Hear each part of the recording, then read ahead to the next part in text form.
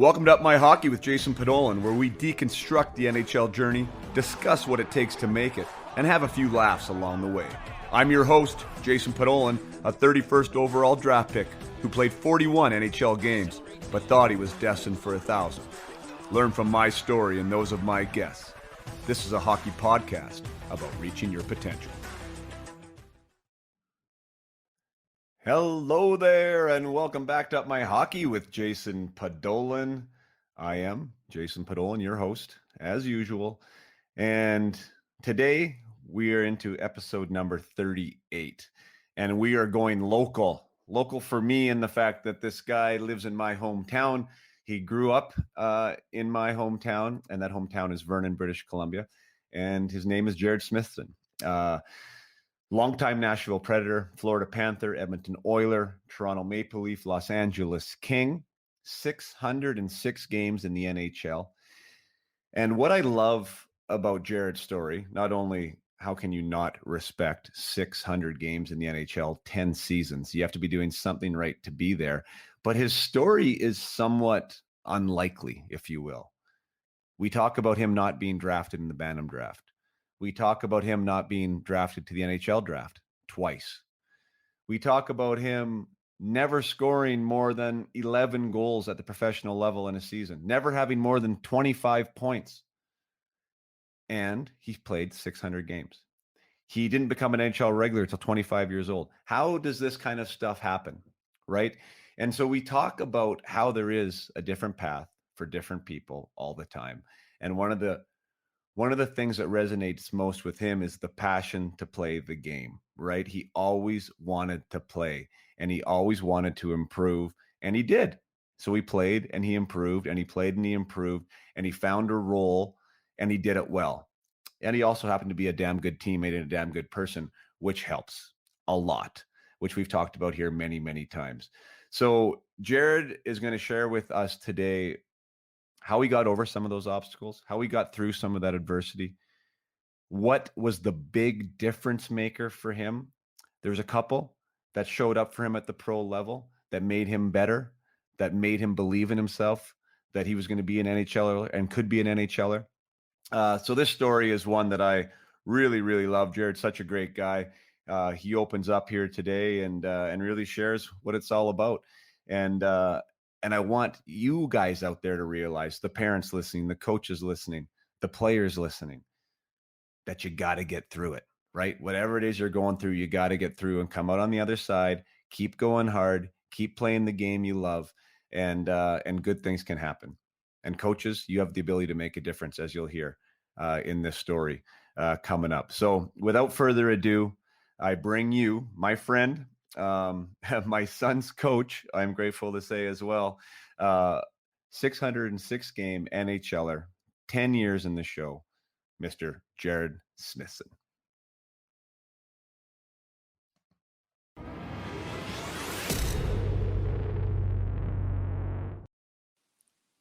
All right. Welcome back to the Up My Hockey podcast, episode 38. And Smitty, Mr. Jarred Smithson here on the other side of the screen. Thank you so much for being here today. Thanks for having me, Podsy. It's a pleasure. No worries, man. This was a little while in the making. I know I dropped it a few times saying that I've been doing this and love to get you on. And, today I asked kind of on a short notice, and you were gracious enough to say yes. So for all those listeners listening right now, Jerred does call Vernon home, as do I. He grew up here, and his son Hunter is a novice age player, and Jarred's got the whistle in his mouth for practices now. And my TJ Thompson, my youngest, is fortunate enough to be out there with him. So Jarred and I have reason to cross paths on numerous times a week. So it's fun to see the little guys out there, and I'm sure we'll get into that too in the interview. But one of the things, Smitty, which I mentioned a little bit before we even got live, is that one thing I love about what we're doing here at Up My Hockey is just talking about stories that turn out to be maybe not that unique, or maybe not as unique as people think, in the sense of like someone like you who's gone through junior hockey, went through pro, ended up becoming an NHL regular at 25. Kind of sounds crazy, but it does happen, and it can happen, and everyone has a different way of going about that journey. And I have always been compelled by your journey, and I'd love to dig into that today. Yeah, absolutely. Let's start with Calgary. Like, I mean, or maybe even let's get back to minor hockey. I mean, as a young guy growing up, a lot of the listeners here are minor hockey age, big aspirations, big dreams. Were you one of those kids that you had NHL on your radar from a young age? Well, I thought so anyways, right? Yeah, it was just one of those things like anyone else, right? I went to the rink and I was an okay player in minor hockey, and that was my goal. I always wanted to play, right? Had no idea if I could do it. And at 15 years old, was listed with the Calgary Hitmen.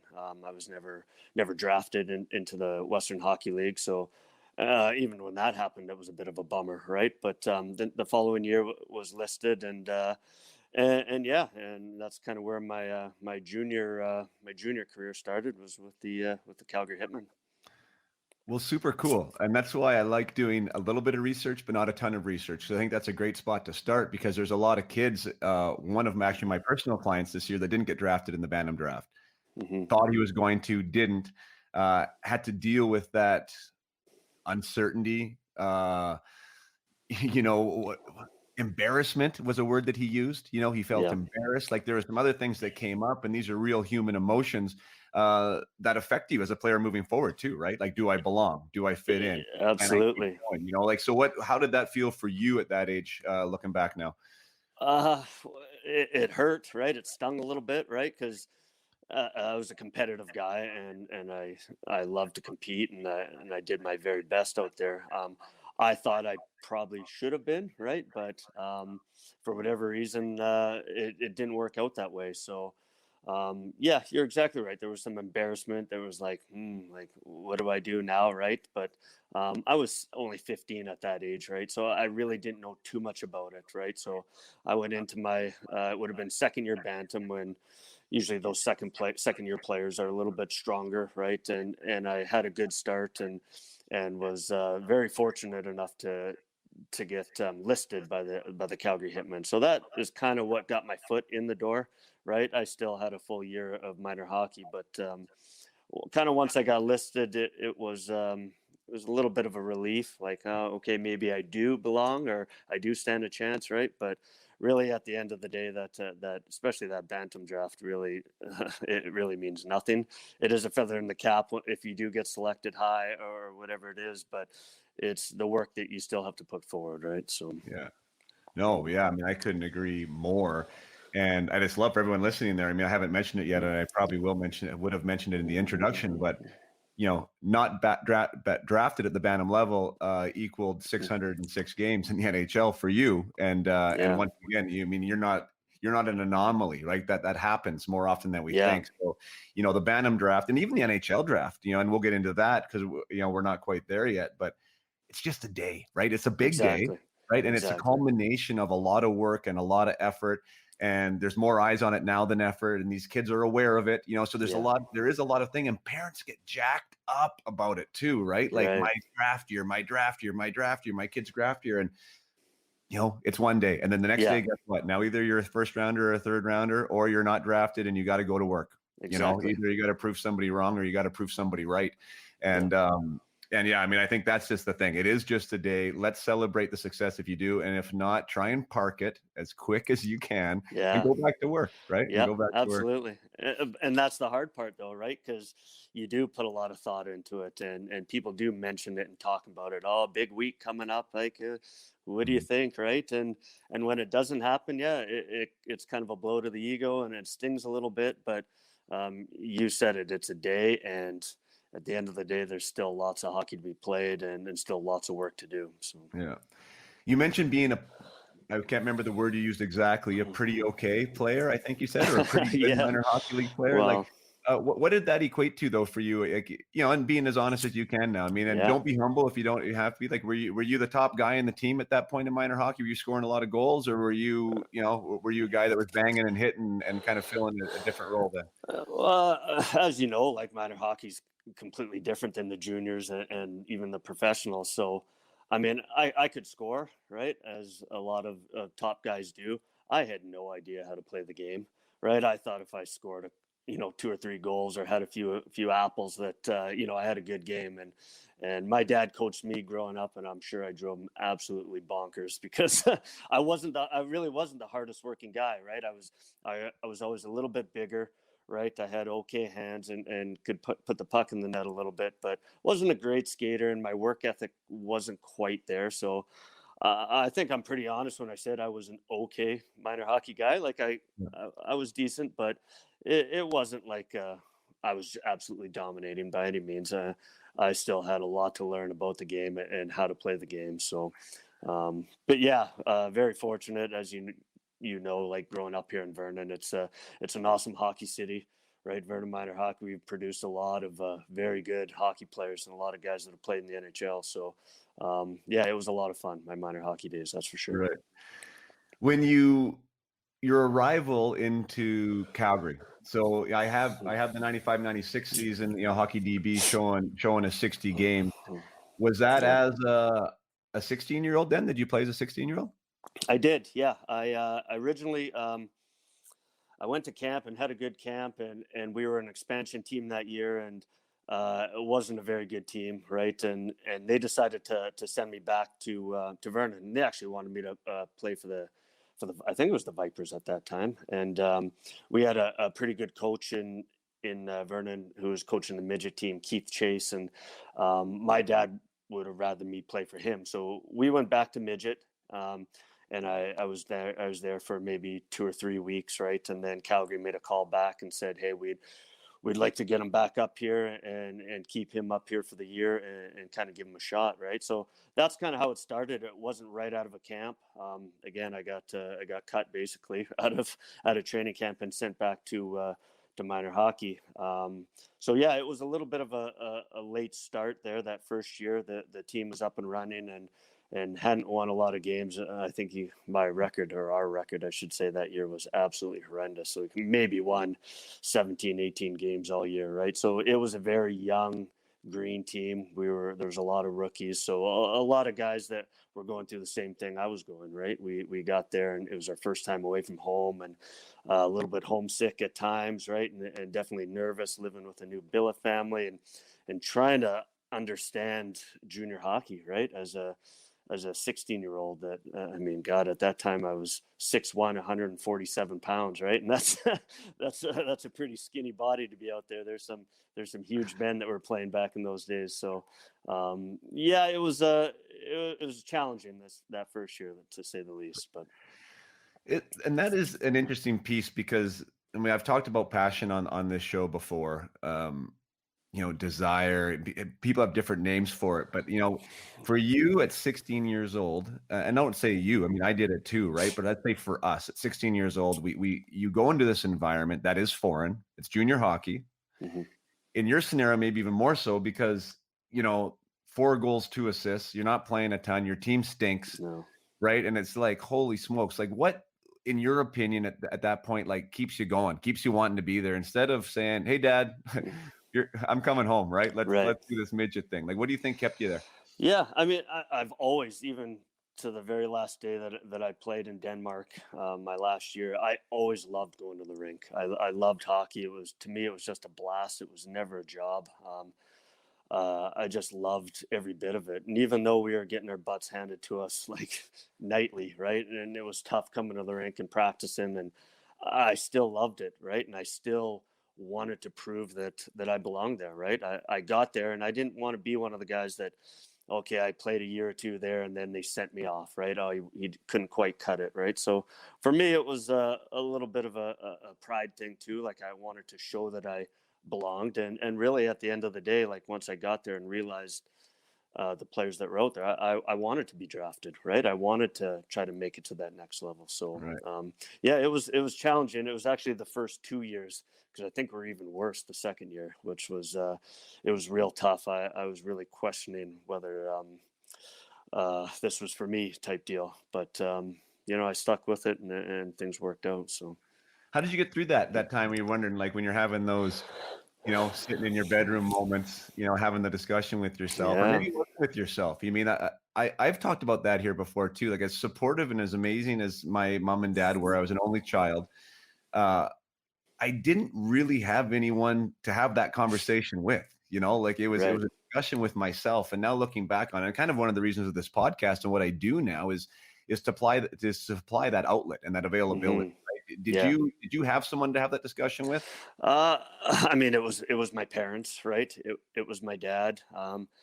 At the time, I don't know if I didn't feel comfortable talking to teammates, and there wasn't those those guys that were around, right? Those older guys, those leaders, those guys to help you kind of get through those hard times. Those development guys, whatever they were, we didn't have those then, right? You come home from the rink, there were no cell phones, there were no right iPads. It was call long distance home and have a chat with dad and kind of explain how things were going, right? So Mhm. it was really hard because especially that 17-year-old year, I broke my wrist at a training camp, and so it was a rough start right off the bat, and then the team was rotten, and man, I felt like I couldn't get any traction. I wasn't playing well, and I wasn't playing much at all, and to the point where I actually went to the coach and said, hey, maybe I need a change. Like, and I even mentioned that the coach at that time was Dean Clark. And I said, maybe if I go back and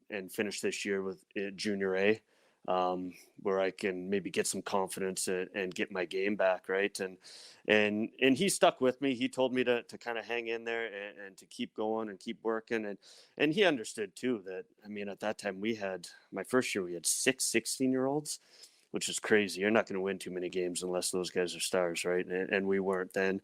So we were very young, and that second year was just as bad. And yeah, it was extremely difficult, but definitely leaned on my parents a lot. I had a great billet family in Calgary that were beyond helpful, right? They were basically mom and dad from 16 to 20, and they helped with those times too. And a lot of it was not hockey. I just needed to talk, right? I needed to take my mind off things, and I think at that time it was harder because there weren't those outlets, right?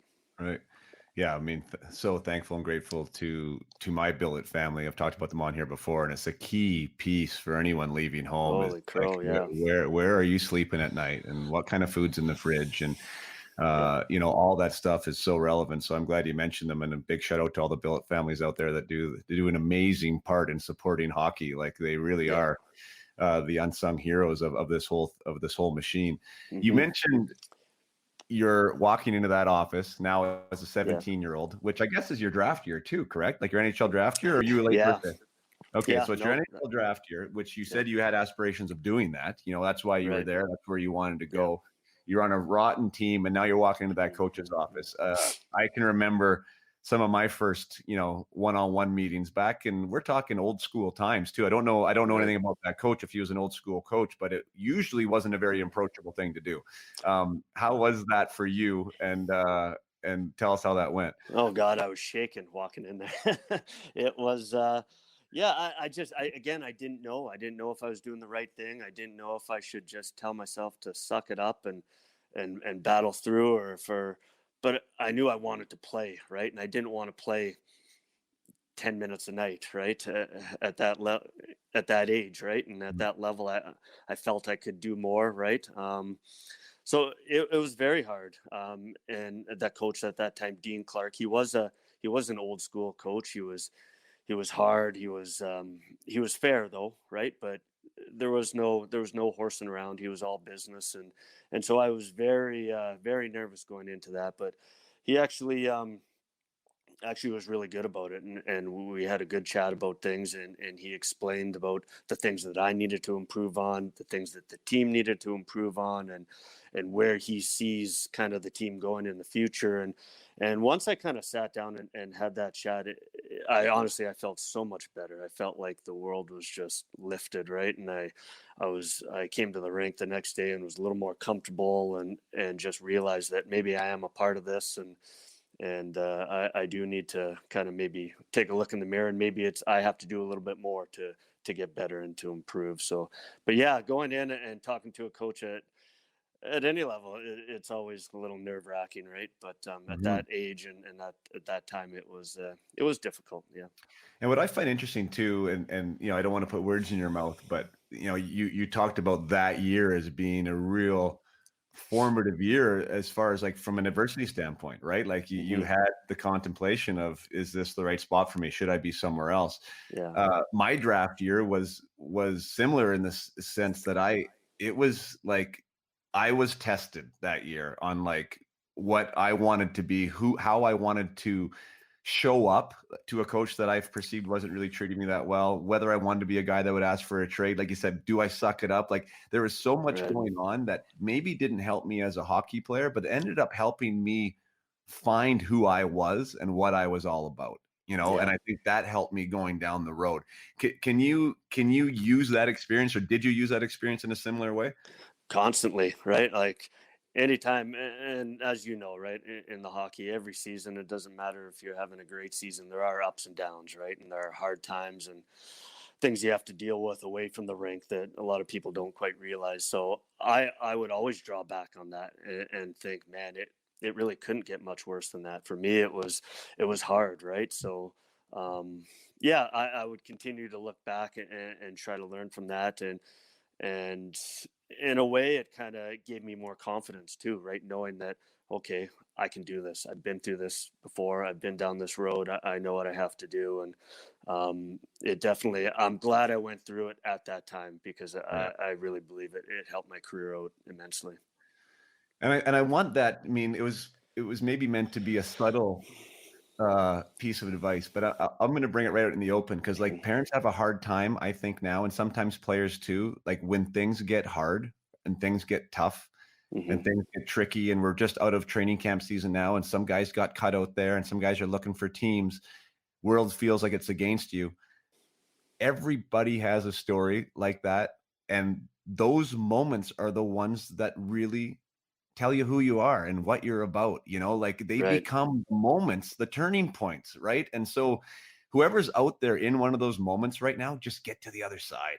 Like Right. just get to the other side, and you're going to be stronger, and you're going to be better. You're going to look back on it like you did, right? And being like, Hmm. man, I can do this, right? I can Yes. do this. So like you said, like, and we've seen it too, like guys that had their first bout of adversity, like first year pro, Yeah. or first time going to the NHL or whatever, and they just haven't experienced before, and they don't know how to deal with it, and then they disappear Yeah. sometimes, right? Exactly. So Yep. you don't want it to come at 22, 23. I tell you that No. right now. But No. No. anyways, Absolutely.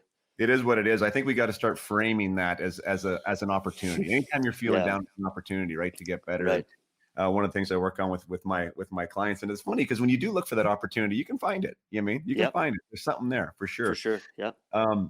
Okay, so so your second season was just as rotten as the first. You said, Yeah. essentially your words. Draft day comes and goes. Hmm. Were you expecting to maybe get a call that year, or was it just like it was just you knew No, that it you was know so what? bad that I wasn't done? didn't know. I really Yeah, did not know, right? So I knew who was out there and my comparisons and whatnot, and I didn't have an agent at that time either, right? So I was just I was just sitting around, right, and hoping for a phone call, and when it didn't happen, right, it sucked, right, and then back then it was the hockey news, right? The hockey news came out, the old newspaper, right?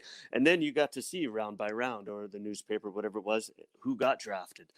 And and back then, like, I just thought that, man, I'm better than that guy, or I just, like, that should have been me, right? That should have been right. And I never really felt sorry for myself, but I guess I was a little bit, I don't know, jealous in the way, right? Like I wanted to be that guy that got that phone call and say, congratulations, you were selected by so and so, or whatever, however it went, right? So yeah. um, it stung again. It was brutal.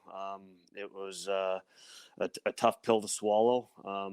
And then even going back to camp as an 18-year-old, and all those guys that did get drafted, and now they're going to NHL camps, and you're still at the major junior camp, and I just felt like, man, I want that so bad, right? And it didn't happen, and it was probably the best thing that ever happened to me, right? I wasn't physically ready.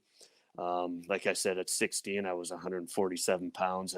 At 17, I was probably, oh God, 160 maybe, right? So I was a bag of bones, and really didn't feel, to be honest, didn't feel comfortable in my body until I was probably 18, 19 years old, where I started to fill out a little bit. So looking back now, I understand why it wasn't selected, right? It makes complete sense, but it didn't make it any easier, right? It was a tough day for sure. But And another one of those moments, like you said, best thing that ever happened to you. Like not really, because in the right, moment you wanted it so badly, right? And but then it turned out to be something that probably motivated you and allowed you to, to push yeah, and persevere and do the things you needed to do.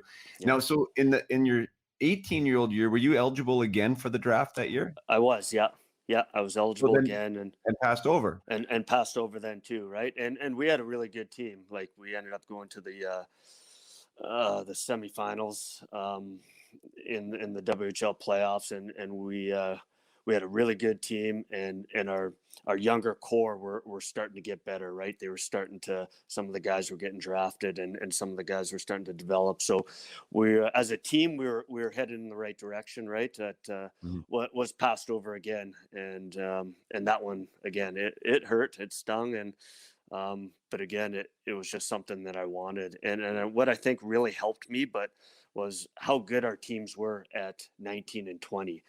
Like we had guys, back then we had Brad Moran, Matt Kinch, we had Pavel Brendel, we had Chris Beach, we had lots of like high end prospects that were big picks that played World Juniors, and I got to skate with these guys on a daily basis. So I got to push myself and to see kind of what they were doing.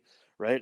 I honestly believe that if I didn't have guys like that around, that I probably wouldn't have been signed as a free agent, once I hit 20. But having those guys be able to show me kind of what it takes, and when they come back from NHL camps, I drew on those guys a lot, even though we didn't talk about it too much. I was constantly kind of watching them, and how they conducted themselves and how they worked, and what they did to get to that level. So very fortunate that our team actually, as a team, was heading in the right direction, because it could have went the other way Right. if we had bad guys and the team was going south again, right? That literally probably would have been the end of me. But fortunate enough to that it kind of panned out there. Well, we are winning helps, and I want to touch on that too, because it's super relevant, I think, and to the players listening and to the parents listening, that that winning matters in ways that you just talked about. Now I want to unpack that a little bit more, but I want to get into the belief aspect now, right, for you, which I think is a common theme throughout, at least when I look at the chronology of Mm-hmm. of your journey, right, of your path, because there had been a lot of guys that were saying like, oh, well, it's not in the cards, like 3 Yeah. years now, right? Passed over twice, seeing what's going on around you. And yet you stay the ship, right? You're still motivated to go. You still think Mm-hmm. that there is an opportunity for more.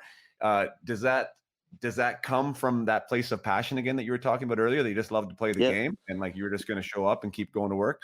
That was it, yeah, right. And again, my dad and my mom, for that matter, but it was mostly my dad that I would kind of pick his brain, and he just said, right, keep the pedal to the metal, like keep working, keep going, and if you got to go to school at the end of your 5 years, then so be it. That's your path, right? But there's there's no reason why you shouldn't, right, keep heading on and keep heading in the right direction.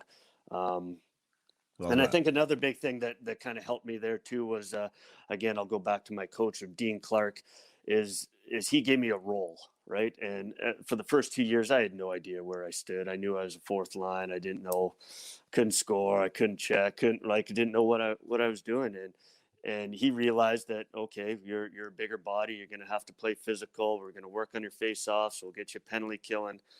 And once I kind of embraced that, that's kind of when really things took off, right? He made me feel important and part of the team. And yes, I wasn't a top six guy, but just a very important part. Whether you're going to be a shutdown guy, you're going to go match up against this line, and so for me, that was my scoring goals, right? Was getting that recognition and going out and being able to check and play physical, and being able to help the team in different ways.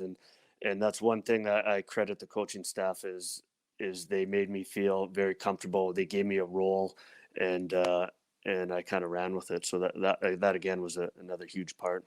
That is a great point, because I thought that we might get there, because a lot of guys have to go through that evolution, and Mm-hmm. that evolution being that hockey becomes something different, and you need to like that something different, because as a minor hockey league Yeah. level, I know my kids right now, the players love scoring goals and getting points. Yeah. Not one guy comes home and says, man, I love taking the puck off that guy in the corner. You know what I mean? Like, Right. but it Yep. evolved into that, right? And I think some guys embrace that, and some guys still have the passion to do that, and Yeah. some guys don't. You know, I mean, when they get to Right. that spot where it's like, you know what, I can't toe drag the defenseman and go top cheese all the time. Well, this isn't Yeah. really the same sport anymore. You know, I'm not Right. interested, right? Yeah. So you found that you were interested, and you did embrace that. Yeah. And I think I just realized that's what was going to keep me around, right? Like that's what's going to keep me on this top team on Calgary, the Hitmen, as a 19 and 20-year-old year. And if I was going to go forward, it's going to be this. Yeah. It's, as like I said, minor hockey, I could put the puck in the net, right? But had no idea how to play the game, right? But Yeah. as you know, once you get to junior and the pros, everyone can put the puck in the net in minor hockey. They're all good. They're all fast. They're all strong. What are you going to do to help your team and to stay relevant and produce, right? So, and that was a big thing for me. Obviously, wasn't a goal scorer, so I had to find another way to kind of stick around. But that's super interesting, because I think that ability, and there is roles in the NHL now, I'm not going to say there's not, but is not as role driven, I don't find, at least. No. You know, like, Right. I think that the bottom three are definitely not what they were back when we played, you know, and there's a lot more, there's less disparity, I guess, across the ranks. But in saying that, like, knowing your role and what the expectation is, I think is a huge thing for all the coaches listening. And sometimes it gets forgotten about, because you just spoke it to yourself. Now you feel a part of things. Now you feel like you can own something, and you can be a part of a bigger picture. Brad Larson spoke to that really well in his episode, saying that, you know, on that Colorado team, he felt like he was one of the most important pieces on that team, even though he got like 7 minutes a game, because the guys love big hits, or they love the energy you brought. And he just felt like he was a piece of that puzzle. And he got great satisfaction out of doing that. And I can speak to the other side of that spectrum, being that guy that was scoring the goals in the minors and then was coming up in a third or fourth line capacity then, but I wasn't sure if I was supposed to now try to score goals as a third liner, or if I was supposed to go out and hit guys and be a shutdown guy. And I never ever had that conversation. And I mean, that's ownership on me, because I should have went in there, but it would have been nice to know, right? Like, you know what, Jason, right now you go and check the crap out of everything. That would have made it so much simpler, you know, to just embrace that and do it, as opposed to trying to be a lot of things at once, which it sounded like you were talking about as a 16-year-old. You didn't know what you were supposed to be doing and when you were supposed to be doing it. But to fast forward, like, I remember going to my second NHL camp. As after my 19-year-old year, I went to Canucks camp, but we went to we were with the LA Kings together real briefly. You probably remember that. And that was my first camp with the Kings. And I remember sitting in the team meeting, and the coaching staff at the time talking about roles, right? And it was like, first two lines, you guys are our scoring lines, right? Third line, you're our checking line. You're going to check. Fourth line, you're our energy, right? Like, but that's what it was, right? At that time, it's not like that anymore, right? You got to be able to do everything. But in a way, like back then, I shouldn't say robots, but in a way you kind of were, right? Like, they put me on the fourth line, and my job was to hit and not get scored on and bring energy and get off the ice, right? So, I mean, it's completely different now, right? So,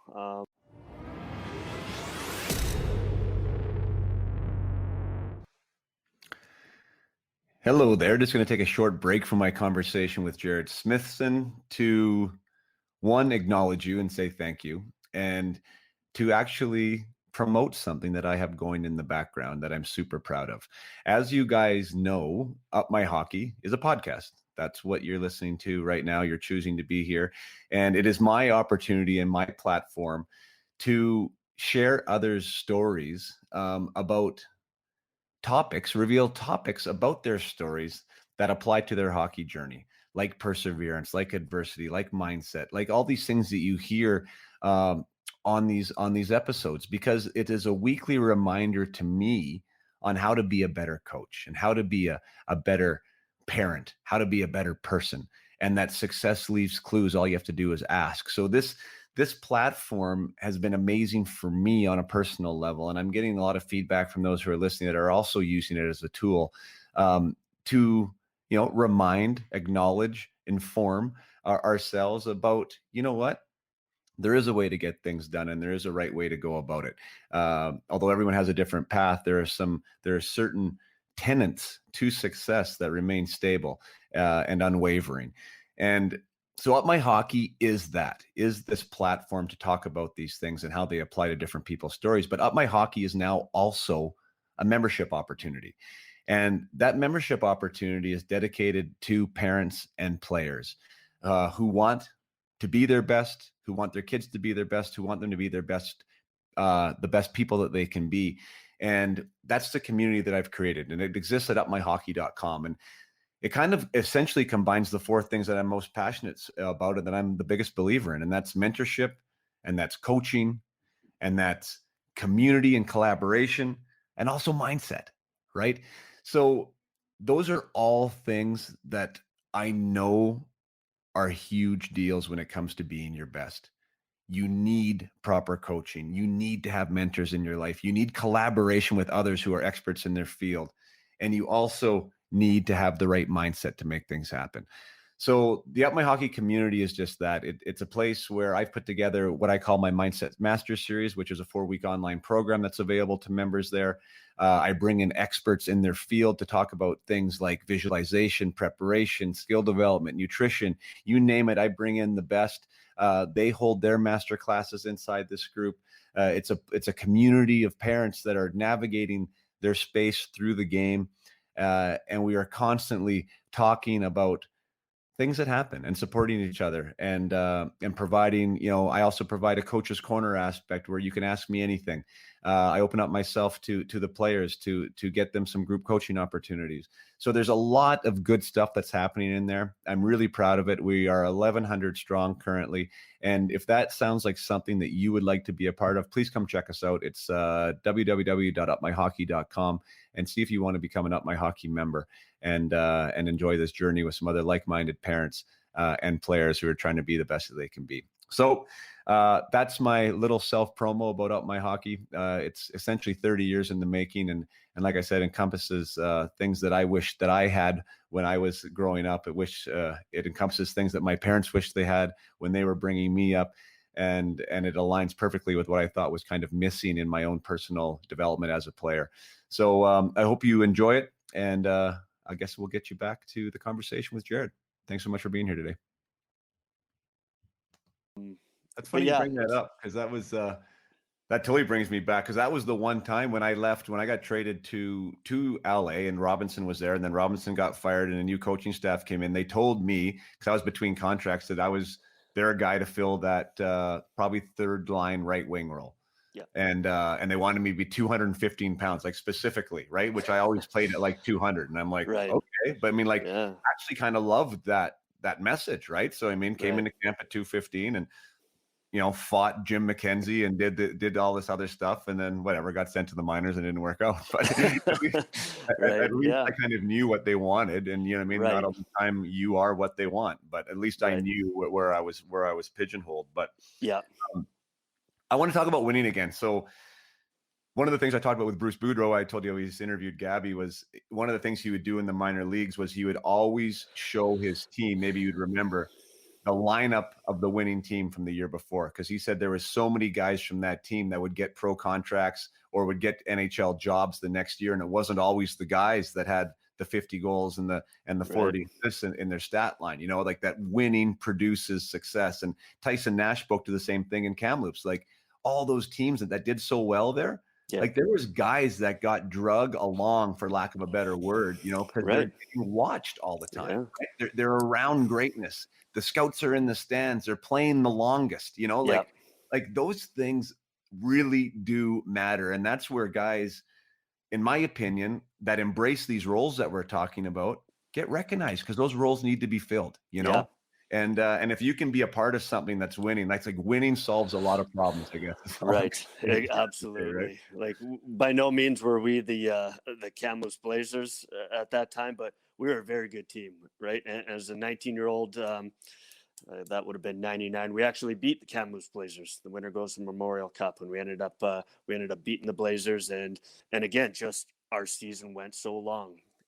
Scouts were always in the stands. I was fortunate enough to play in Calgary, and at that year, man, our team was so good in the playoffs. We were packing the Saddle Dome, right? And that's crazy for junior hockey, but you can imagine the eyes that were on you, right? So they're there to basically watch the Brendels and the Matt Kinch and the Chris Beach, these Brad Stewart when we had him, these top guys, and I was just one of those guys, those role player guys that I guess just did my job well and kind of kept going, right? And then I got to showcase a little bit at the Memorial Cup, and we came real close that one year. Ended up losing in overtime to Ottawa to a very good team, but I played long. Those years were long, and probably a main reason why I was able to play professional was because I had those eyes on me. So, yeah. So you lost the Memorial Cup final? We did, yeah, we did. We ended up no idea about that. We ended up winning the West. We beat Kamloops, who was a stacked team at the time. They had tons of first rounders and top prospects and a really good team. And we were a good team too. Just we didn't have those big names, but maybe more so of an actual team where we had our roles and everyone bought in. And we went to the Memorial Cup and did real well and ended up playing Ottawa in the finals, who was the host team. And crazy game, right? We always prided ourselves on being a hard-nosed team, and God, I can't remember. I think we lost maybe 8-7 in overtime or something ridiculous, right? It was just back and forth. But we ended up losing in overtime, and that really stung, right? Because as a junior player, a major junior player, like all you see and all you want to do is hoist that Memorial Cup, right? And you see these guys that are parading around, and to come that close at that age it really was heartbreaking. I'll never forget the feeling and how devastated we were. But anyhow, awesome experience, and yeah, it was a lot of fun. What an awesome experience. That's crazy to get that far. Did it take away, like what I find interesting about that? I mean, I got to a WHL final, so we lost to Brandon for the league. We won the West and got beat by Brandon in the final. Generally speaking, like that's the championship for everything else, junior hockey, right? You know, like you're done. You did the best you could. Like, did it feel like, could you at least go back to that you were the best of the West, or really was it like, man, we needed to win that Memorial? It did. And you know what, like the crazy thing was we had an even better team the year after, right? So that was my 20-year-old year, and to be able to go that far and not get it, it kind of felt like we had some unfinished business, right? And even that year, we were the top team in the country from the start of the season right till the playoffs started. And even then, we did well. We ended up losing to Kootenay, the Cranbrook Ice there, I guess they were, and which were a very good team too. They had that old barn they played in, and tough to win. It was like playing in a shoebox, right? And they took advantage of that. But we had a really good team. So when we didn't finish it off that 20-year-old year, I definitely felt like we missed an opportunity. But it happens. You mentioned Pavel Brendel, and I just think for the young players listening there, like, so Pavel Brendel went 4th overall. Scored, I don't know, an ungodly amount of goals, and like you had over a goal a game, I think, one year, like scored 65 goals or something.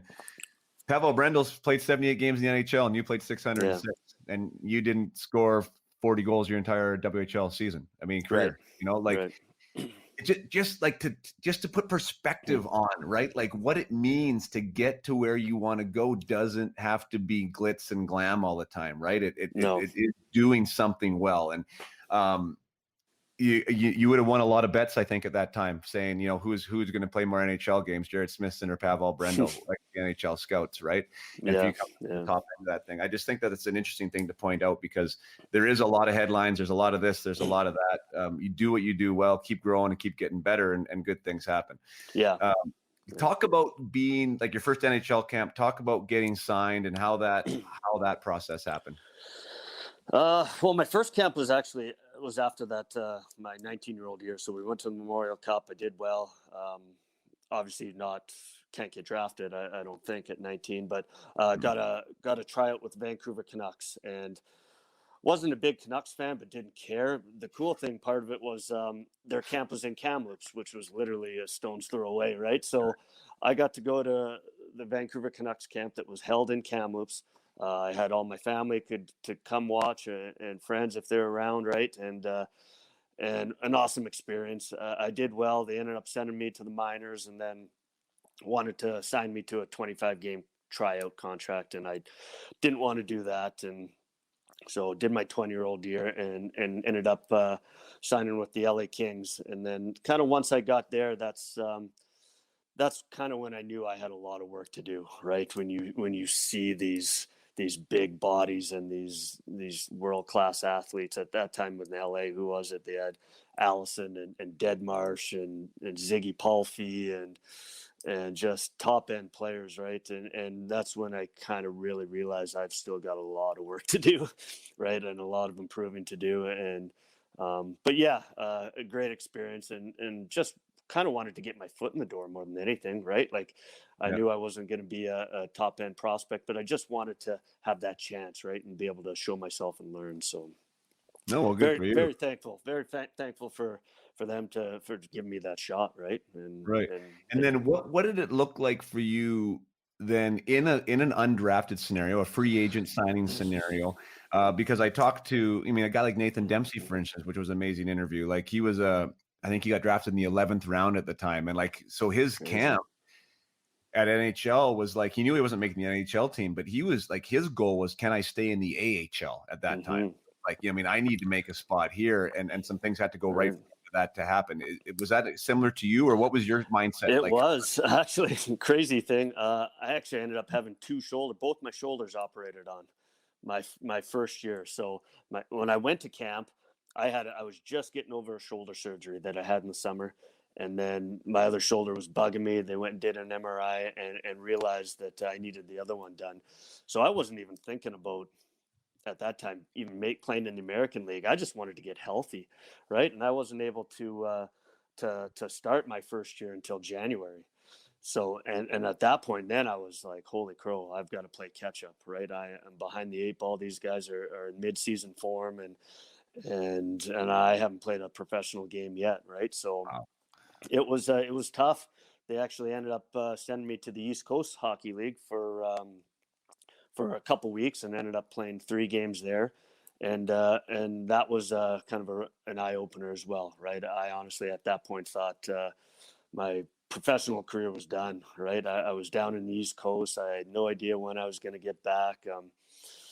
Again, it was just a tough time. It's not how I envisioned things going. I thought I was going to go to camp, go play in the American League, kind of make my name there, and then hopefully move up, right? And I found myself in the East Coast League, and that was a tough pill to swallow. Luckily enough, they recalled me back fairly quick, and ended up finishing out the year in the American League. But once you get there, you realize how good that American Hockey League is, right? It is no joke. There's some phenomenal hockey players there, and the talent that's there. It's a very, very good league, and as you know, right, it's not easy to put up points in that league either, right? Those teams are good, and all the players are hungry. They're all fighting for jobs and trying to get that next call, right? So that's kind of, once I got called up to the American League, my goal was just to stay there, right? I want to be here, right? And I know there's guys nipping at my butt trying to take my job here now. So I wasn't even thinking really NHL. I wanted to, stick around this league, right? So that first year, first pro year, I was going to ask you, specifically about that, but that's coming off 2 surgeries, like, and now trying to step into that league, and with everything else that's going on, and paying your own bills and finding your own house, and all these other things that are happening at the same time, man, that must have been a whirlwind for you. And was it were you on a 2-way contract then at the time? Is that what I was on a 2-way. So Right, but even then, like the contract I got, I was basically it was for an American League roster. I was there to fill an American League spot. My signing bonus wasn't huge. My salary in the minors wasn't huge. It was right, just go there and kind of fill a spot, right? So, and to top it off, it was in Lowell, Massachusetts, right? So you played in Lowell too. It's not the nicest place to play your first year professional, right? It was there wasn't much going on. They had a great rink and it was a good group of guys, but city wise, it wasn't what I thought professional hockey was gonna Yeah. be like, right? But I think that's a good way to put it. Yeah, the American League is interesting. You have a pretty big cross section of what you go through there. Um, so you step foot in the coast. You're thinking, "Holy smokes, what's going on here?" Got your way back, and now the next year. Lowell moves to Manchester, yeah. and how is that? Like, do you start to feel more comfortable at this point? Is it like, yeah, I am here, and like you're getting regular minutes and everything else? Yeah, I was able to train, right? That summer was huge. Like I had Bruce Boudreau as the coach, and Bruce was phenomenal. I love Bruce, and he helped me out a ton. He just stressed the importance of having a good summer to be able to pack on some strength and some size, and to get my speed up, and basically that would be my first year of pro, right? Because I got through that year. It was a bit of a write off, but now's the time to kind of make some noise. And we went to Manchester. It was a fresh start. I ended up playing, God, I don't know how many games, 82 games. I can't remember how many games we even played that year, but I ended up playing them all. Stayed healthy. I felt really good. And again, Bruce found a role for me. It was like fourth line, but third line sometimes, but I was penalty killing. Right now, he had me taking big face-offs and kind of going back to the Calgary days where I felt like, yeah, okay, now I'm a part of things here. Let's get back to doing kind of what I know and how I do things. And he was a huge help in my career because he just made me kind of feel part of it and stress the importance of, if you're going to make it, this is why you're going to make it. It's because you can penalty kill and play physical and good in the face-off circle. So when you're talking about that summer now, because another thing that I like to talk about, I don't dig in too much, but hard work means different things to different people at Yeah. different times, right? And you mentioned walking into LA camp and going, "Holy smokes, I got a long way to go." A lot of guys get that when they see somebody like Rod Brindamore in the weight room, thinking like, "Oh, Yeah. I thought I worked hard. That guy works hard." Like, Yeah. did you find a different level for yourself that summer? And if you did, like, what did that look like for you as far as your training and trying to get yourself ready for this pro game that you had really yet to experience and Right. how you wanted it to? Yeah. I mean, seeing those guys, like, again, now I've been to a couple camps and knowing how big and strong and yeah, just physical those guys were. I knew I had to put in some work. But I always, crazy thing, I always did my own workouts. Like, I always kind of did it myself. LA would give me the program. Here's your program. Like, a lot of guys would toss it and go work with their trainer, right? And I never did. I kind of just did it myself, right? I took the program. I knew other things that I had to do, right? Man, I got to get my legs stronger. I need to get my shoulders back into 100%, right? And it was never hard to get motivated. I was kind of almost motivated by fear in a way. Not fear like, oh God, like I'm scared of this guy. It was fear Yeah. that, man, I'm gonna I'm gonna let someone down, or someone's gonna take my spot, or I'm gonna show up in camp and be terrible in the Wingate or whatever it is, right? These crazy tests that they have, and that was my motivation. It's like, man, I don't want to be that guy, right? I don't want to be the one where they just see me and say, next, beat it, right? So I had no problem pushing myself. It wasn't until later in my career where I kind of started working with a trainer where I needed some more specifics, right? But Mhm. yeah, I definitely knew I had to definitely get a lot stronger and yeah, just those off ice issues, right? That you kind of got to take care of. So Yeah. Yeah, I don't know where that comes from, and I'm not gonna put myself anywhere near the level of the likes of a Brindamore or what have you. But like, no, there is something about getting to that level of pro for sure, where it's just you in a room or on a hill running or riding a bike or whatever it is, where nobody's watching. right, and you're having conversations with yourself, because you can get off the bike, Yeah. you could walk, you could say this is pretty tough this day, but but you can't. And I think that there's guys, like, sometimes some guys do and some guys don't, I mean, that was one Right. thing that kind of, again, I took pride in, that I always felt like I was the guy that was going to, when it really hurt, like, I found a way Right. that I wanted it to hurt, like I Right. found kind of joy in that. Um, Yeah. I see that in you too. Like, do you have any, like, is there any secret sauce for that? Like, now as a dad, like, thinking about little Hunter coming up, like, would there Man. be a way to teach that, do you think, or talk about it? I don't know. I really don't. I think a lot of the work ethic, I mean, for myself, it came from watching my parents, watching my dad. I mean, he never played professional hockey, but just seeing the work he put in, 9 to 5, and then coming home and still having the time and energy to get me to hockey and coach me to hockey and get my sister to her sports. And it wasn't until you get a little bit older and you realize, holy crow, that must have been hard. Like, when we went to sleep at night, he must have just shut her down hard, right? Like, he must have been exhausted, right? But he did it. And the older I got, and you start to realize, like, the importance of that is, man, I've been given an opportunity where I get to play hockey for a living. I better take advantage of this, right? Otherwise, Mm. right, I could be doing something I don't want to do, right? Yeah. And then life's really not that much fun, or as fun as it could be playing hockey, right? So I definitely didn't want to let that slip. So the motivation and that was never really an issue. But yeah, it's a very important part, obviously.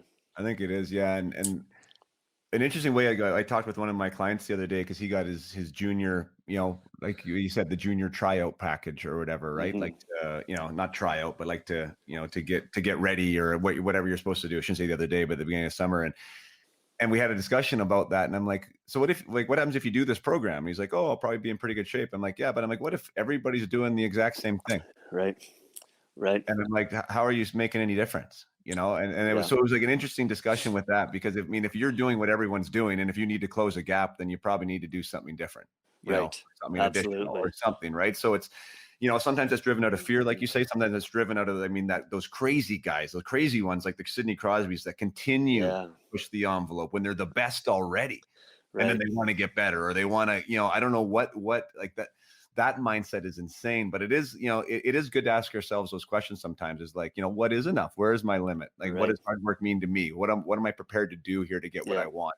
And when you come to an honest answer, then you can figure it out, and Yeah. it's different for everybody. But I know it takes work. It takes work. It's getting out of that comfort zone too, right? Like, Mm.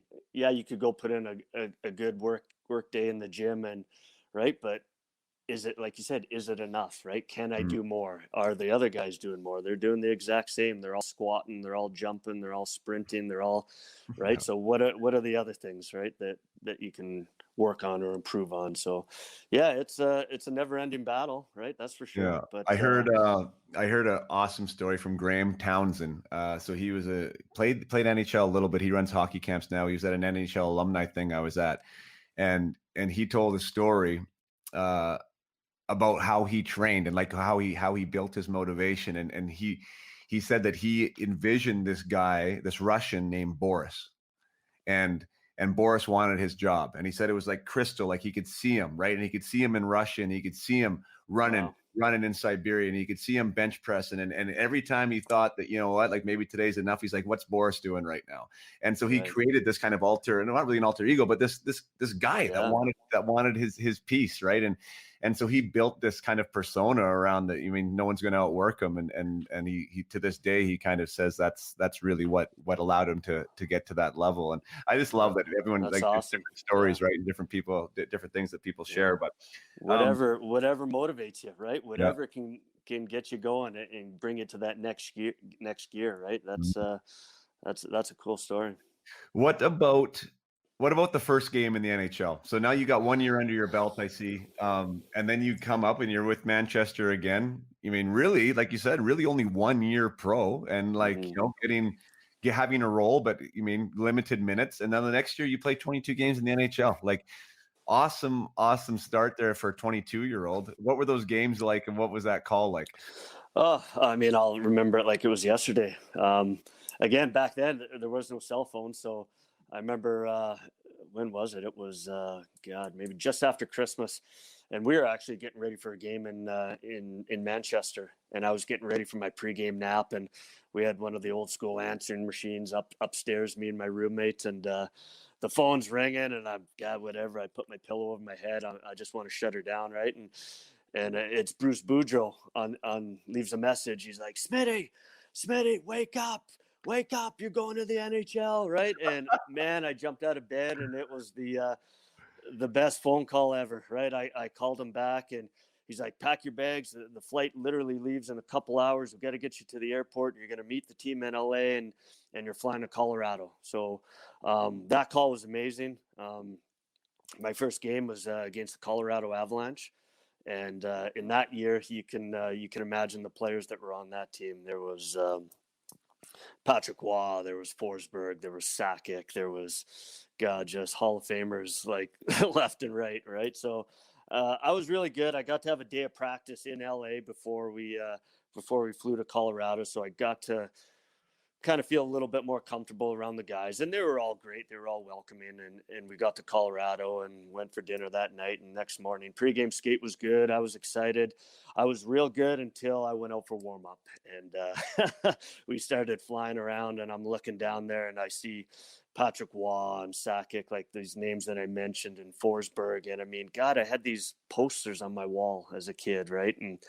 And my stomach just started turning. And after warm up, I went into the bathroom, and I was this close to letting her fly. It was, it was tough, but I got out there, and I got my first shift a few minutes into the game, and it was a face-off, right? So I got to kind of go out there, and that was one of my stronger points as a player. So I went out there, and it was almost like a weight was lifted off my shoulders. I actually ended up winning the face-off, and I just remember taking a deep breath, being like, okay, now I'm here. I can go play hockey. And I ended up playing 9 minutes that game, and yeah, it was pretty good, right? As a fourth line guy, and ended up getting a shot on net, but just being able to play against those type of players and to see what it takes to do that. And that was only one game. I had no idea how you do that year after year after year. Right. So, dream come true, a memory that, hopefully I'll have forever, and, just something I will never, ever forget. Right. Do you remember who your wingers were?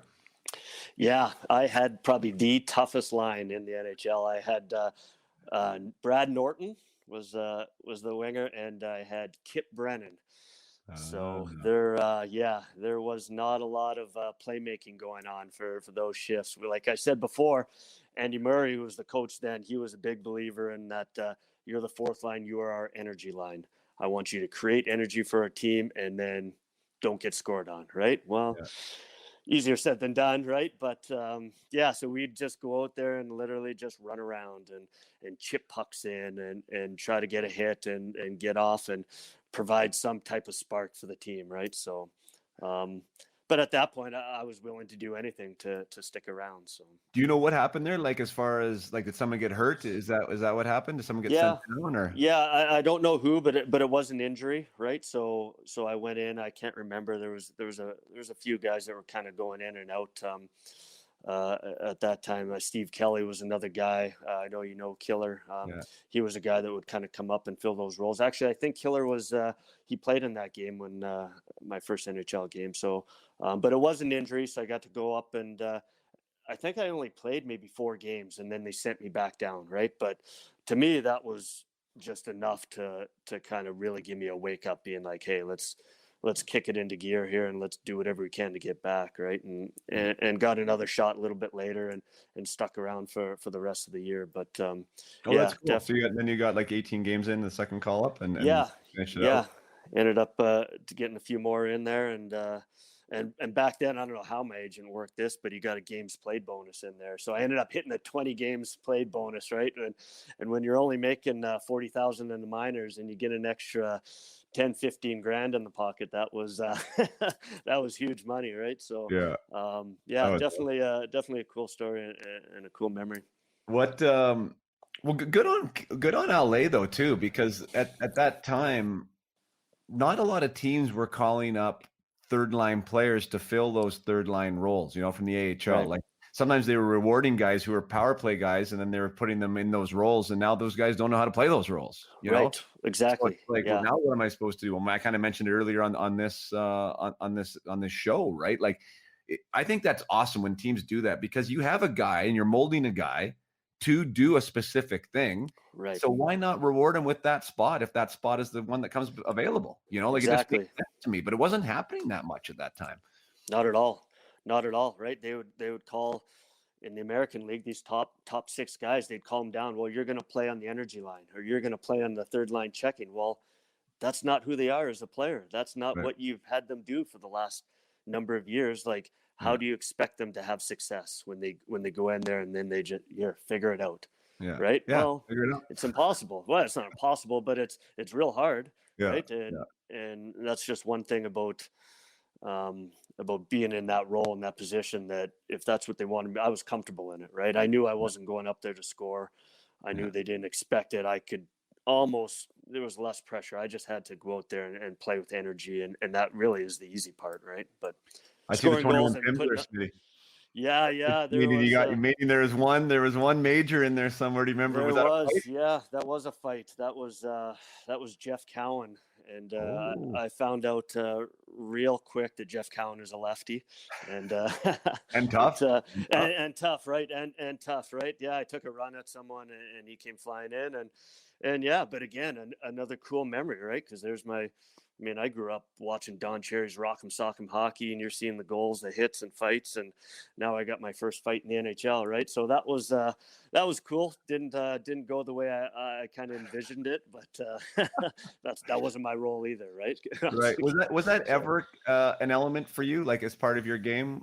Meaning, like, I assume you'd be prepared to, but was it ever something that was kind of asked of you? Did you think to yourself, I need to fight ever? Like, this is something I'm supposed to be doing? Not really. I did it a little bit in junior when I got a little bit older and a little bit more comfortable, right? And a little bit stronger, my last few years, but it wasn't something that, it's something really, I didn't, who loves fighting really? Maybe a handful of guys, but I wasn't great at it. I realized real quick, you get slugged in the nose, it's not much fun, right? So, but it was something that, again, if you're going to play that energy role and be physical, you better be ready to do it every once in a while. So it was always something that maybe it happened once or twice a year, right? You'd stick up for yourself or a teammate, but the teams I played for always had guys where that was their kind of their thing, those enforcer type players that would go out and do it. But man, what a tough job that would have been, right? Like I couldn't imagine. Do you think some of the rule changes coming now through junior hockey, the BC junior level or junior A level, some pretty big changes as far as what happens when you fight? The Quebec League made some pretty big changes. Do you think the fighting's going to be gone eventually? And if you do you think that's a good thing or a bad thing?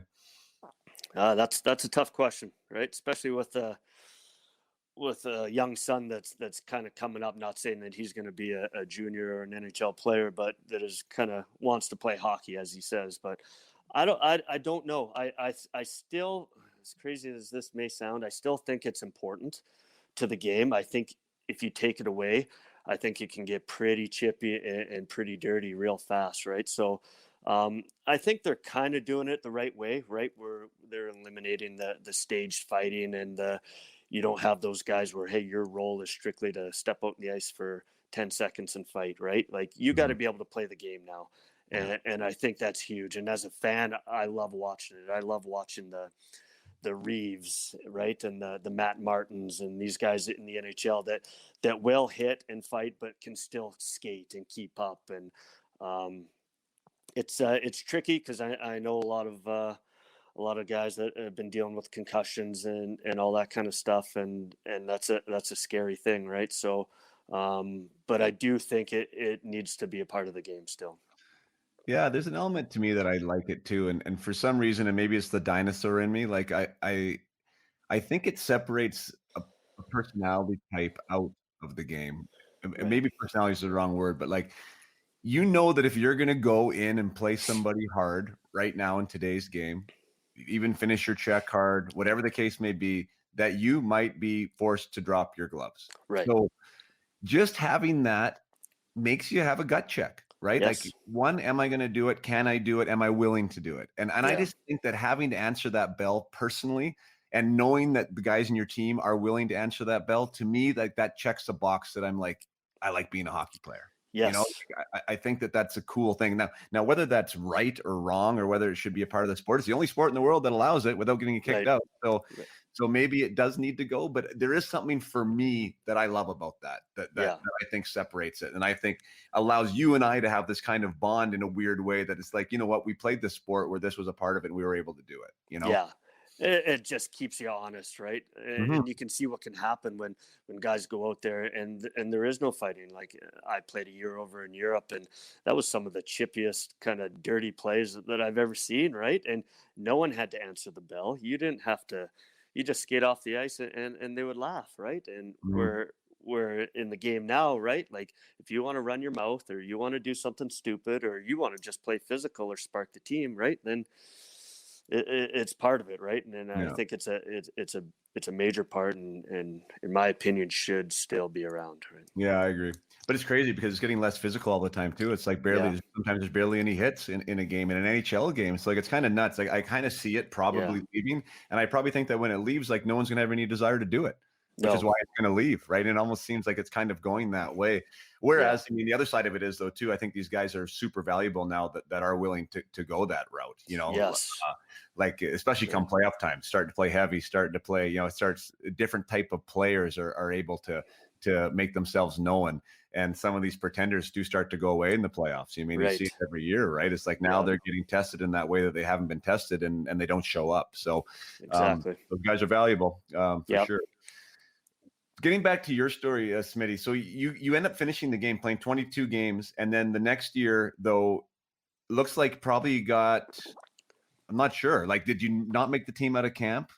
Did you end up getting sent down and starting the league and starting the year in Manchester? I was last cut. I was the last cut out of training camp. It was funny. In a way, I kind of drifted away from my role. Like, I got to camp, and I knew I was fighting for that fourth line position that was an energy guy, and physical and faceoffs. But the camp I was having, I wasn't scoring, but for whatever reason, I had the puck in my stick more, right? And I was trying to be more creative, and I and I almost got kind of carried away a little bit, right? And thought, okay, yeah, here we go, right? But and they wanted more. They wanted me to be physical and harder, and they ended up going with another player, and that was actually a European player, which at that time kind of frustrated me because you wanted an energy guy, and you brought a skilled European in. So yeah, I got sent to the minors to start the year, and but again, I wanted to be back. I didn't get as many games in that year. Injuries were part of it for up there. Like, the guys, the spots weren't open. I didn't do as well that year. Like, the year before, I put some points up in the American League, but struggled a little bit offensively, right? But Mhm.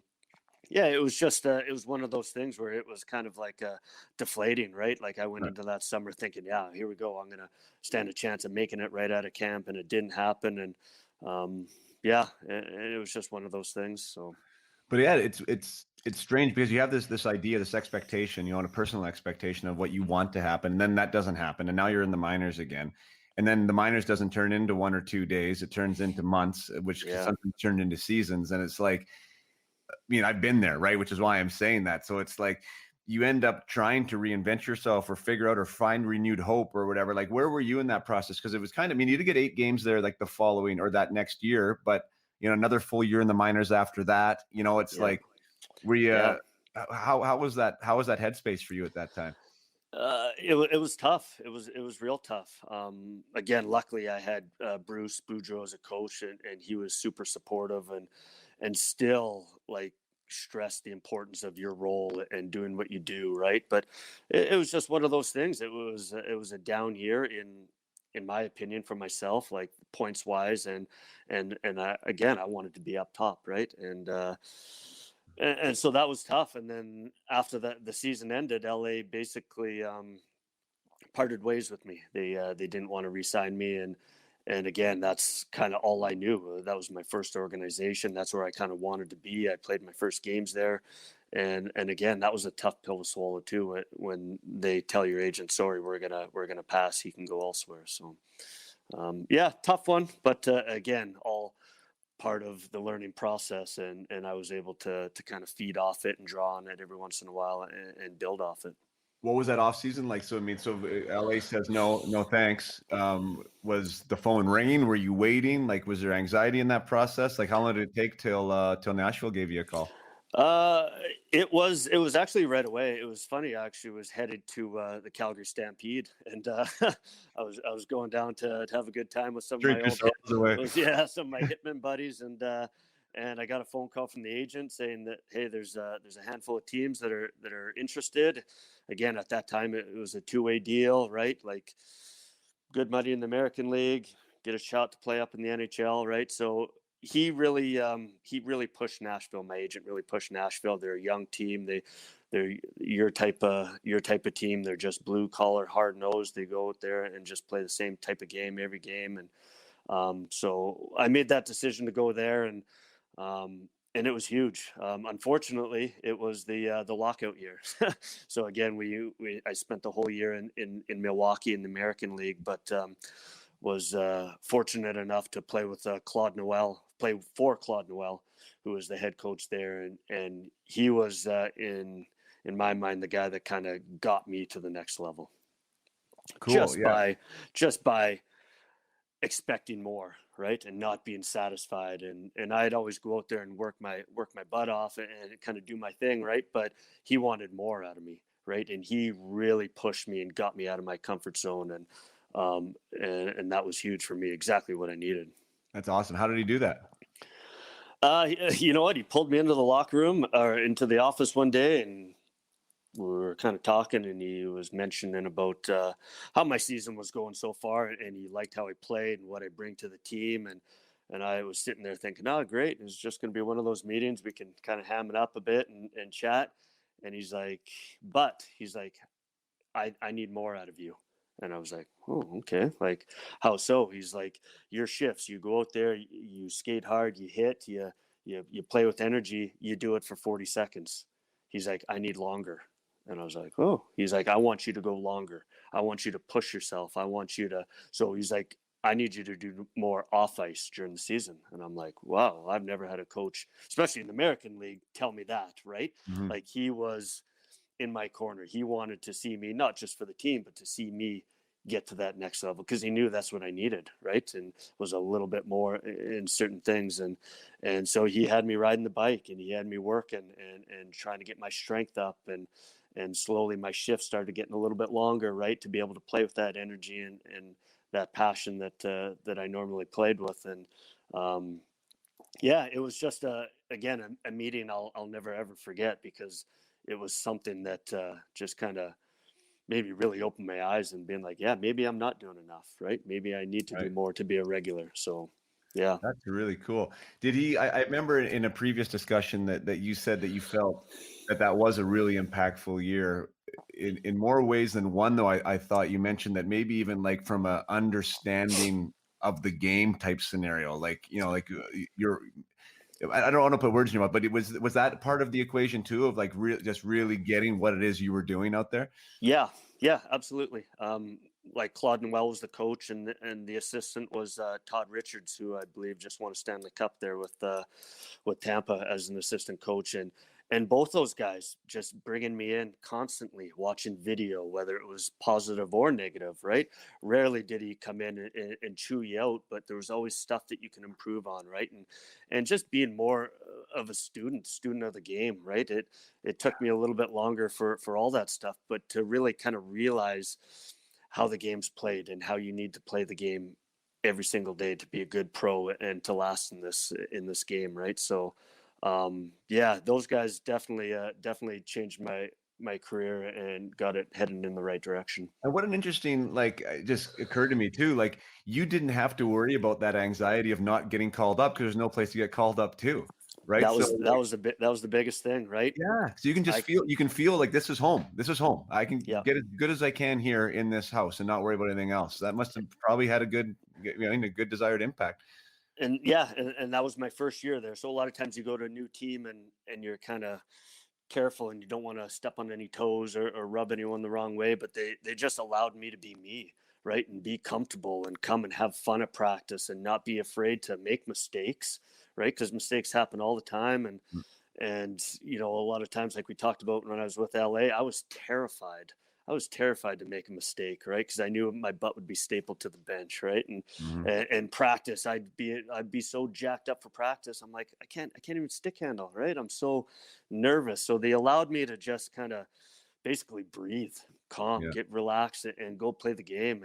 And once I kind of found that level, it was such a game changer for me, as for anyone in life, right? If you're confident and comfortable in what you're doing, then, you know, it's going to come easy. So, yeah, the impact of a coach can't be understated. I don't think, like in the right situation for the right player, like it can be that thing, you know, it can be that thing. They breathe new life into you, more belief into you, right? Like more ownership of even your role. Like, I remember the one time, like Mike Babcock said something nice to me, and it was probably the only time he ever said something nice to me was in our playoff run there, where we were down 3-0. He said, "Jason, we need you. You got to put this team on your back. Like, I need you." Like, Mike, I can vividly remember this discussion in the hallway, and it was like I grew 3 inches. Right. And, you know, that somebody wanted me to really do well, and they needed me. You know, like it's a different feeling, right? It's different feeling than playing squeezing the sap out of your stick, like you were saying, and worried about making a mistake and fearful, like almost like somebody's watching you, waiting for you to make a mistake so they can give you a reason to send you down or to put you on the bench or whatever. Exactly. Yeah. Just, I feel so fortunate, right? Because I had a good coach in junior, and then I got to play for Bruce, who was an awesome coach. And then I went to Nashville's organization and had Claude Noel. And then, I mean, it actually even got better once I got to Nashville, right? Because in my mind, Barry Trotz is the mecca for right coaches, like the players coach, the kind of guy that you want running the team. He cares about you as much off the ice as he does on the ice, which, I mean, that it doesn't happen, right? And if you can get a coach to believe in you and show that they actually care, right? And like you said, you just feel 10 feet tall and you feel like, okay, here we go, right? You can kind of just relax and take a breath and go out and do your thing. So awesome. Yeah, I want to talk about Barry, but first of all, I want to give you the respect you deserve, because I mean, that it's one thing to have a coach. Cause I mean, again, I've had coaches on this podcast before, and like, and now it's like it's a why era, right? You have to tell the players why all the time. They're going to ask why, and they're going to come into the office and they're demanding this, they're demanding that. So it's like, you have to be ready to give them answers. But a lot of times people don't want to follow through on what that answer entails. You know, well, you need to go to work. Well, you need to put on weight. Well, you need to get better in your face-offs. Well, you need to do this.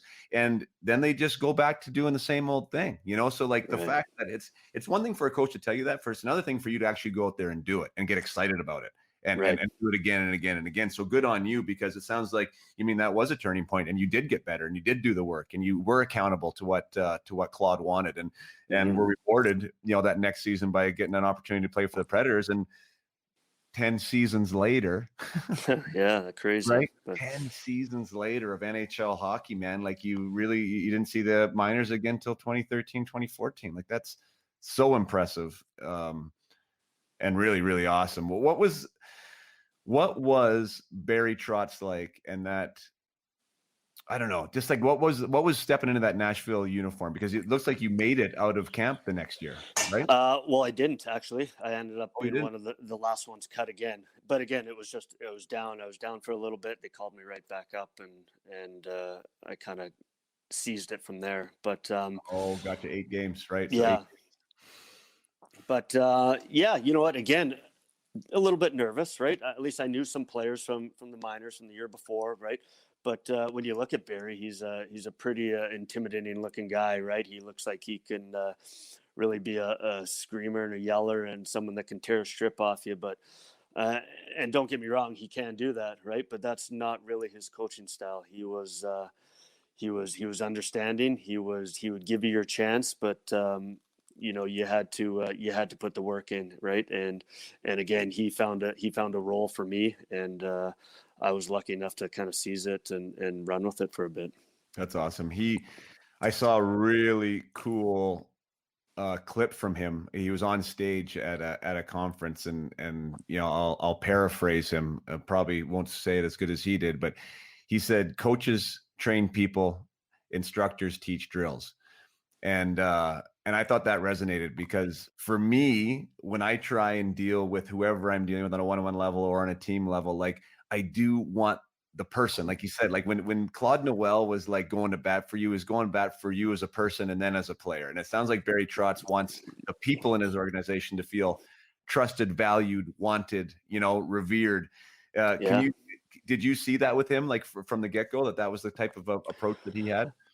Yeah, I mean, absolutely, and we kind of hit it off, myself and him, right away. He has a house. He lives in Vernon in the off season, so we kind of had something in common, kind of right off the bat. But constantly asking, hey, Jerred, how's mom and dad doing? What's going on back in Vernon? Have you talked to so and so? Like, just small chat that a lot of NHL coaches, maybe they do now, but they definitely weren't doing back then, right? So, um, and just made the guys feel comfortable when it was time to go to work, and when things weren't going well. Sure, it was hard, right? All coaches are, right? But he was a player's coach, and a guy that just you couldn't help but go through the end wall for. I mean, I'm gonna hit you up to hopefully put me in contact with Barry, because Yeah, like he's been somebody that I've been following, and even that's him winning the cup and then not choosing, or I don't know how that worked, but then not going back there and going to crazy. New York now and turning that franchise around. I mean, after losing his best player in John Tavares, like, I mean, I don't know. I mean, I'm sure he'd be the first to say you can't pin it all on him, but I mean, boy, it sure looks like he did something different there, and he's got that team playing differently. And he just seems like he's such a compelling figure in the sport, and such a great coach for you to have been associated with all that time. What is your biggest takeaway from your time in Nashville? And maybe first of all, I want to ask you, like, when did you feel like, that you were in the middle of this 10-year run? Like, at what point did you think, you know what, I'm not getting sent down? Or did you ever feel like you're not getting sent down and you're always playing? Uh, During the season, no. Like, I never really felt like, oh man, someone's going to take my job. Um, my summer training, that's kind of when that kind of fear kicked in, right? Again, not fear. It was fear someone's going to take my job. Because there was always someone, right? We were a team that didn't spend to the cap, didn't have a lot of money, right? So they were trying to get bargains and players from all over the place. So they were bringing in Europeans and guys from the American League, and I knew what kind of players these guys were there to fill. They're not taking a top six job, right? They were there for those bottom guys, those energy guys, or whatever you want to call them, and kind of that's when I kind of had my fear, right? So I never really felt like, oh man, I'm in trouble here. It wasn't until later on in my career, basically when I got to Toronto. But yeah, it was just something that I just enjoyed it, right? I enjoyed the battle and the ups and downs, and trying to improve, and it's something I still miss a ton, right? Just having that little bit of pressure where, man, we got a big game tonight. Detroit's power plays clicking, right? They're humming, and I got to try to shut them down on the penalty kill. Like, just those pressures and that excitement. It's just something that you can't really explain, and once you have it, it's it's a pretty cool feeling. Yeah, no, for Yeah. sure. And then when it goes away, it kind of goes away, and we're both blessed with having kids that are in the sport, and you kind of relive it in a different way, right? And Yes, exactly. you're going through it through them, and you're seeing the game through their eyes, through the eyes of a parent, and that's special in of itself. And I'm massively grateful for that, because it's actually brought me back to a game and connected me to it in a really kind of fresh and unique way, right? Because Mm-hmm. we do have our own experience with it on a personal level, right? Like what we Yeah. went through, and all the things that happen as a player. But now as a parent, it's like it is really a renewed acquaintance with me with hockey, and I'm massively appreciative that my boys like it and are taking me on their journey through it now too. So I see you doing that with Hunter as well, and it's awesome what you're doing with the young boys there. Tons of fun. Yeah. Yeah, tons of fun. We're winding down here, and this always happens, Smitty. It's like we're into like year 2 of a 10-year career. We might have to have part 2, but I mean, I don't know what the best way to close is. Like, maybe we'll leave on a more typical podcast question, which is like, of your games played, give me the player that had the most impact on you in your locker room, whether that be from a skill level or from a human level or a leadership level. And then who was the most impressive player that you played against? Wow, yeah, tough question there. I think for the player that kind of taught me the most, and a lot of guys would probably think NHL, but it wasn't. It was my first few years in Manchester. We had a captain, and you probably know him well, Dane Jackson. Dane Jackson was my captain down there, and that was my first taste of, this is a true professional, right? He was winding down his career. He had every reason to not empty the tank every night and to kind of show up late, or not late, but you know what I'm saying, not bring that passion, that energy. But he didn't. He was there for the young guys. He still battled. He still fought. He still played the game the right way. And when I got to play with him and see how he kind of conducted himself, that to me was a game changer. That's just someone that I really wanted to in a way model myself after, how he played the game. And he played along, had a good professional career and played a bit in the NHL, and just someone that really kind of hit home for me with him.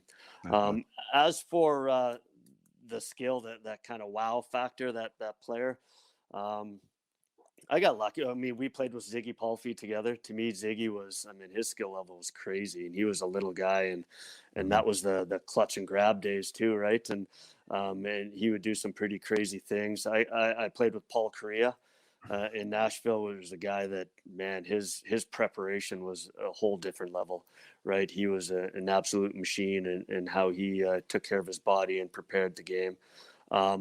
But skill-wise, it would have been Kovalev. I played with Kovalev briefly in Florida. We brought him in my last year there in Florida, and he was on a tryout, and what that guy could do with the puck and how he handled it was mind-blowing. He made guys look absolutely foolish. I know I've heard other podcasts and guys have talked about him, and I had to see it with my own eyes, because he was just on a whole nother level. If you listeners out there, you ever want to see some highlights, look up Alexei Kovalev and watch the things that he did with the puck, because it was something special. So to be able to watch him, that was the one guy that I really got to play with, that I was just kind of blown away. And unfortunately, that was at the end of his career, so he didn't really last that long. He wasn't in his prime, but still, those hands didn't go anywhere. He was something special. That's awesome. Yeah. It's amazing, right? Like the skill level at that level, right? Because I mean, as good as he was, like, he never scored 50 goals, you know, right. Like it's crazy, right? And there's so many other nuances and intangibles that are involved in that. But as far as like, top level skill, there's some mind blowing stuff that you'll see. That's right. Just the courage to even try some of those things. Yeah. In practice, never mind a game, he was doing it in games, right? And I'm like, holy crow, the ball's on you, right? Yeah, that's funny. Yeah.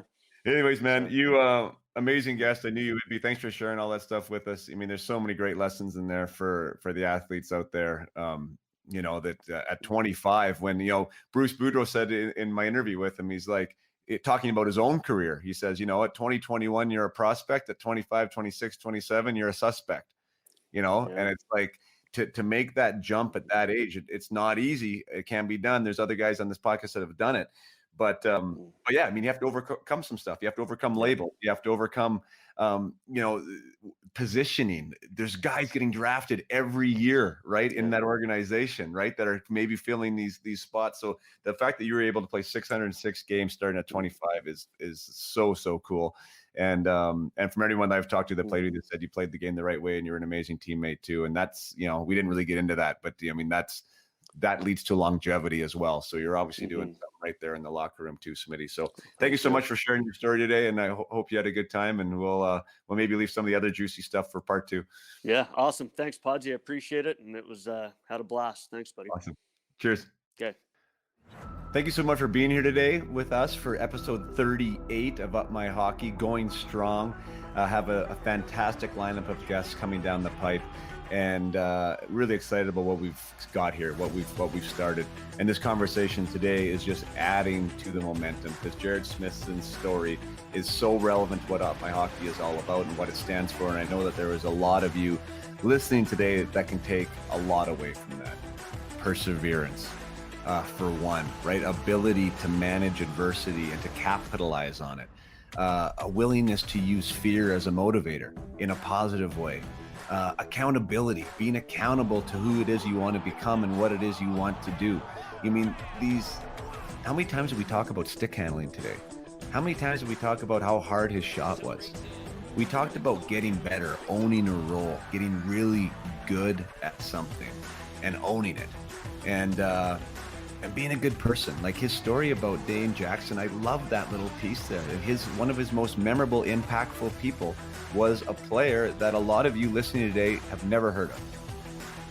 That says something, right? That we have the ability to impact people all the time, all around us. And it doesn't have to be because we are uber talented or have won a Hart Trophy or are on an all-star team, right? The way we carry ourselves, the way we go about our business, the example we set on the daily, somebody's watching, somebody's looking.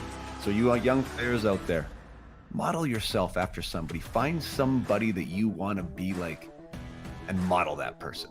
Success leaves clues, that they say, and that oftentimes means the people behind the success leaves clues. So find a good person to model. That's what we're trying to create here, is good people who are going to be great hockey players. And Jarred Smithson is definitely an example of that. He's an amazing father, a great contributor in the community, and was an awesome teammate during his time. And you don't play 10 years in the NHL without being a good guy. So awesome lessons there today. Once again, I talked about Up My Hockey being not just a podcast, also being a membership opportunity for parents and players. So just a reminder there, if you want to check us out at upmyhockey.com on the web, that'd be great. We're also on Facebook.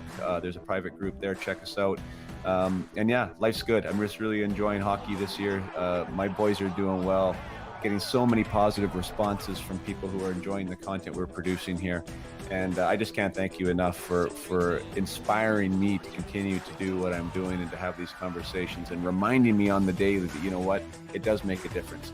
And if one person hears this episode and that makes a difference for them, I thank Jerred for sharing that story. And I thank you for being able to listen and to be able to allow that to impact you, to make a difference in your life. So once again, I'm appreciative and grateful and all those things. And until next time, as usual, play hard and keep your head up.